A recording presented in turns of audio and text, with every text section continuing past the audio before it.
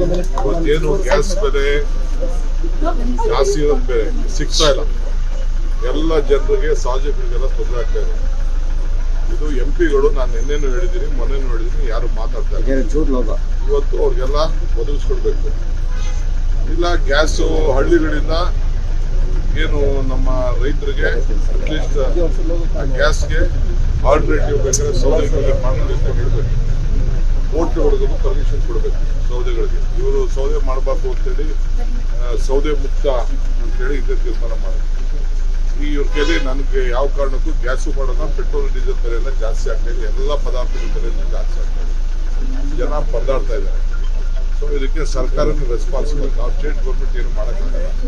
Central government ಇವತ್ತವರೆಗೂ ಕೂಡ ನಮ್ಮ national policy ಏನಿದೆ, ಇಂಟರ್ನ್ಯಾಷನಲ್ ಪಾಲಿಸಿ ಏನಿದೆ, ಅದನ್ನೆಲ್ಲ ಕೂಡ ಇವತ್ತು ಕೂಡ ಅವ್ರೇನು ಅದ್ರ ಬಗ್ಗೆ ಮಾತಾಡ್ತಾ ಇದ್ದಾರೆ.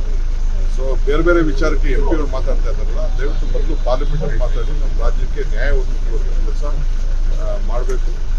ಕೇಂದ್ರ ಸರ್ಕಾರದ ಧೋರಣೆ ಏನಿದೆ ಅದನ್ನು ನಾವು ಖಂಡಿಸ್ತೇವೆ. ಫಸ್ಟು ನಾಗರಿಕರಿಗೆ, ಜನರಿಗೆ ಊಟಕ್ಕೆ ಎಲ್ಲ ಅನುಕೂಲ ಆಗಬೇಕು.